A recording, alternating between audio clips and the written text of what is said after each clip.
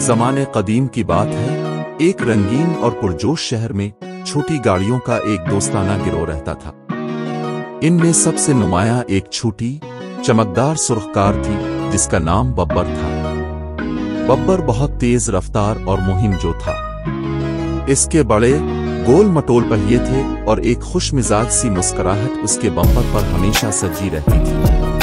बब्बर के सबसे अच्छे दोस्तों में नीली वैन नीलोफर थी, जो हमेशा मदद करने के लिए तैयार रहती थी, और एक पुरानी अक्लमंद बस थी जिसका नाम उस्ताद जी था।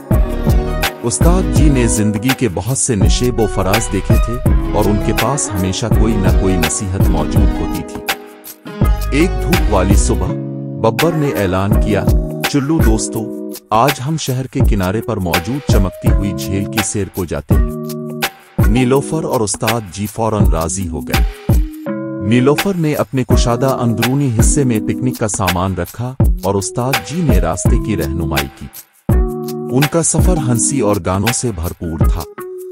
बब्बर सबसे आगे अपनी छोटी लेकिन ताकतवर मोटर की मदद से दौड़ रहा था। नीलोफर उसके पीछे आराम से चल रही थी और उस्ताद जी अपनी पुरानी रफ्तार से धीरे धीरे आ रहे थे। रास्ते में उन्हें एक छोटी पीली टैक्सी मिली जो एक खाई में फंस गई थी।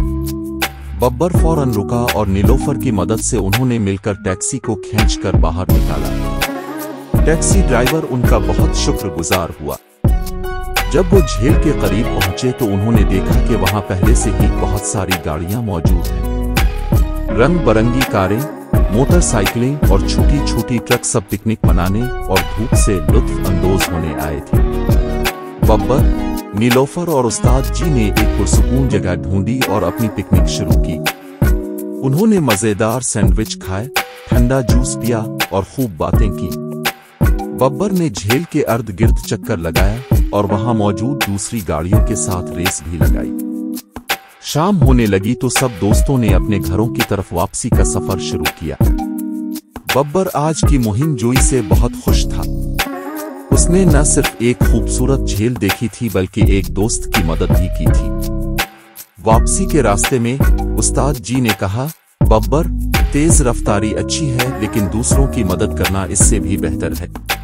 दोस्ती और रहम दिली सबसे कीमती चीजें हैं।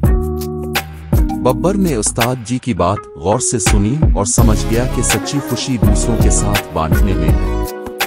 अगले दिन बब्बर और उसके दोस्तों ने शहर के बच्चों के लिए एक छोटी सी सैर का इंतजाम किया।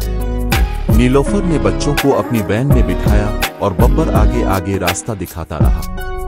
उस्ताद जी ने रास्ते में मजे मजे की कहानियां सुनाई। बच्चों ने बहुत मजा किया और बब्बर को भी उनके साथ घूमकर बहुत अच्छा लगा। उसने महसूस किया कि दूसरों को खुश देखकर उसे कितनी खुशी मिलती है। और इस तरह बब्बर, नीलोफर और उस्ताद जी शहर की सबसे प्यारी और मददगार गाड़ियां बन गई। वो हमेशा एक दूसरे के साथ रहते और मिलकर नई नई मुहिम जुआहें करते रहते थे।